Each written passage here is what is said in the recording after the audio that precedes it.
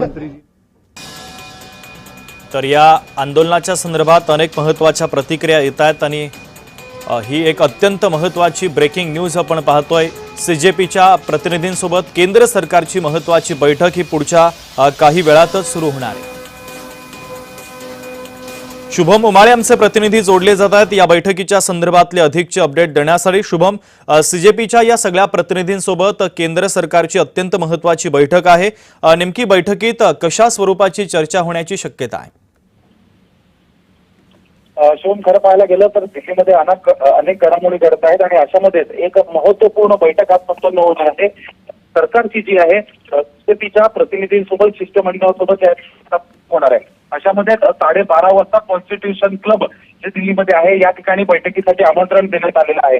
खरं तर जेटके यांची भूमिका आहे की आता कोणतीच चर्चा ही होणार नाही, सरकारने आता आमच्या आंदोलनस्थळी यावं आणि चर्चा करावं, पण मात्र शिष्टमंडळ हे आता भेटायला चाललेलं आहे। शुभम, खरं पाहायला गेलं तर कालपासून कुठेतरी ट्विस्ट प्रत्येक स्टोरीमध्ये येताना दिसून येत आहे। सोनम वांगचुक यांनी आपलं आंदोलन जे आहे ते सोडलेलं आहे, जे.पी. नड्डा त्या ठिकाणी गेले होते।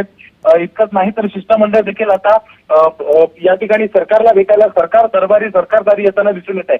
कुठेतरी आंदोलनाचा मार्ग हा आता सुटताना दिसून येत आहे। आंदोलन हे आता कुठेतरी समझोत्याच्या याच्यावर आले आहे। शिष्टमंडळ जे आहे ते भेटीसाठी येत आहे।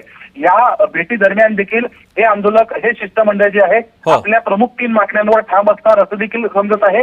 इतकंच नाही तर मग नेमकं आता जे.पी. नड्डा याच्यावर काय बोलतात, काय पाहतात हे देखील पाहणं तेवढंच महत्वाचं आहे।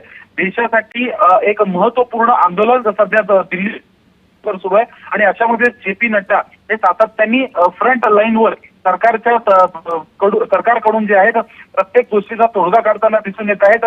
संकट मोचक कदाचित केंद्र सरकारसाठी जे.पी. नड्डा हे आता ठरू शकतायत।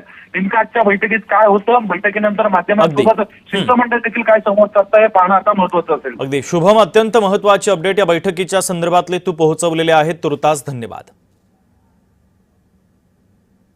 समझा दीजिए।